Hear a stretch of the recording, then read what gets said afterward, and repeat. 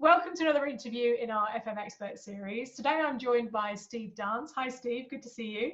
Hi Beth. Thanks for joining us.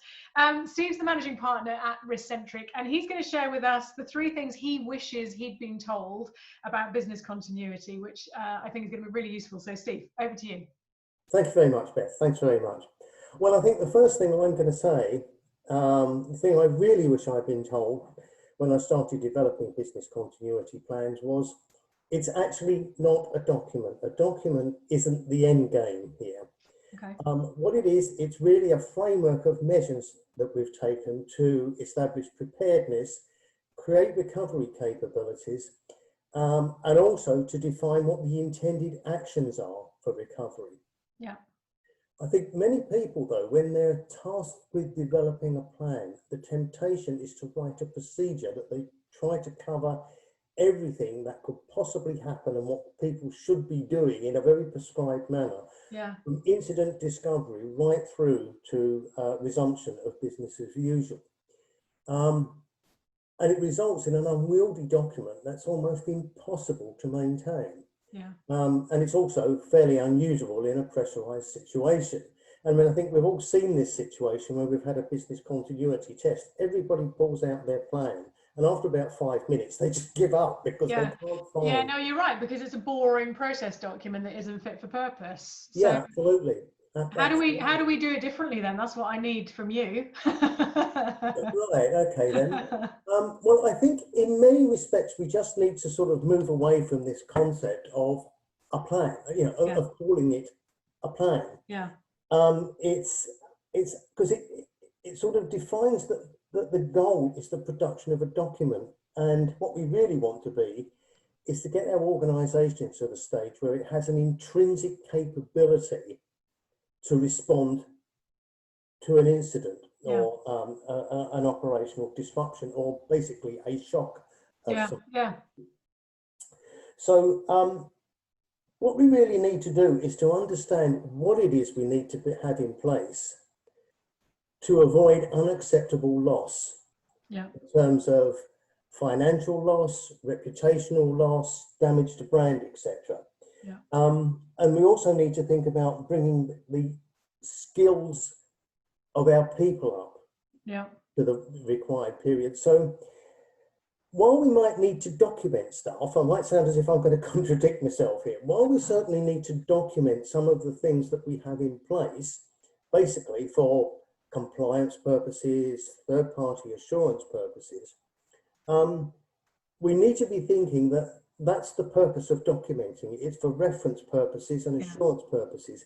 It's not the thing that you actually need to help you manage a crisis. Yeah, it's not about the creation of a document. The document just absolutely captures what you thought of. So when I now look at developing a business continuity plan, I will look at things like, well, first of all, let's know what the priorities are for our organisation. What do we need to get up and running? What do we need to do to be working safely, even if our existing premises have been affected? Yeah. And to document that as a series of checklists for specific situations. So, for instance, what would we do in a major fire? Yeah.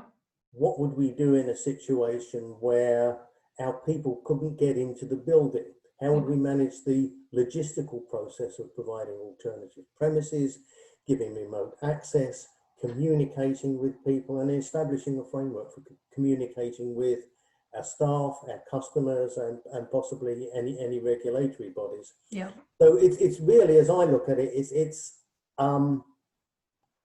some narrative document that describes how we approach business continuity in our organisation. That's what you give to a customer to give them a warm feeling that you've actually thought it through. Yes. But what we're really doing within the organisation is producing a roadmap to deal with certain kinds of incidents.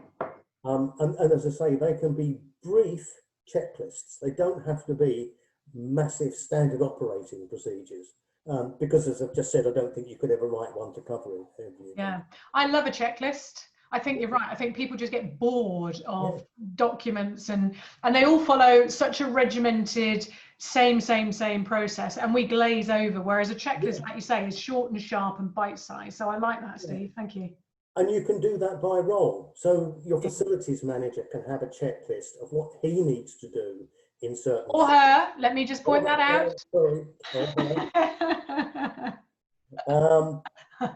Yeah, IT, no, you're right. you know, different roles within the business continuity team can have a checklist, and it's a lot easier Yeah, I like that. for people to manage. So yeah, okay, good. What else have you got for us? Because that's fantastic. That's a really good point. And I think setting people away from just it being a process document is such an important message. I love that. Well, the second one is more of a principle. Okay. And that's to say, if it ain't tested, you can be sure it won't work. Okay. So testing is really important. Yeah. But having said that, it doesn't always have to be the massive scenario-based exercise to be effective. Yeah. Some organisations I've worked for and with as a consultant, one of the key things that they do is that they test their emergency notification system every month. Okay. And it makes sure that people can operate it. Yeah. When they actually need to, because it gives them that practice. Likewise, it's quite often useful to split the testing of IT facilities, because you don't necessarily need to do that in a scenario test, but you do need to know that you can recover your IT systems in the event of, say, a hardware failure or something completely different, such as a ransomware attack or something like that, which requires a somewhat different approach. So I think it's useful. While that's the concept of, well, if it's not tested, it doesn't work. It's helpful to break it down, because it helps you focus in on specific areas, but it's also less disruptive to the organisation as a whole if you've got different parts of the organisation testing their bits of the plan. Yeah. And as I'm sure every facilities manager knows, testing your evacuation procedures is really important. Yeah. It's not just the test, it's the fact that people get to practice it. And it's the learnings that come from it. It's a learning opportunity. Yeah. Yeah. Okay. Brilliant. I love that. Thank you. Parked a big truck on a mustard position or something. Yeah. Yeah. Have you got any tips on how FMs, because you say the tests don't have to be the big kind of tabletop exercise. Have you got any suggestions or tips on how operational teams can do some sort of lower level testing, just working through possible scenario plans? Have you got any ideas, any suggestions? Yeah, I mean, I think it's useful to sit down from time to time and say, okay, guys, we've got our checklists, we've got our overall plans. First of all, let's make sure that the things, the intrinsic capabilities that we think we have, let's make sure they're still relevant to us. Yeah. And likewise, where I think we're looking at sort of departmental or functional plans, just run through those checklists. Are those checklists still viable? Yeah. And then use a checklist to make sure that your checklist is okay. You've covered all of the basics.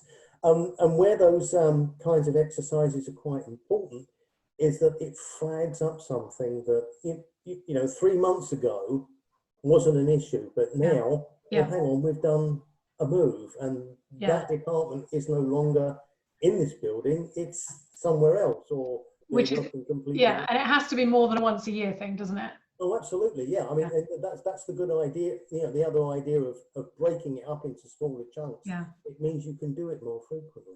Yeah, I always when I train, I talk about testing processes, and one of the things I always say is don't just test one at a time, because in operational life it doesn't work like that. So you might have some guys on a cradle on the outside of a building, and then suddenly you get a power cut, and you think, what do we do? And you get the team around thinking, okay, so what do we do?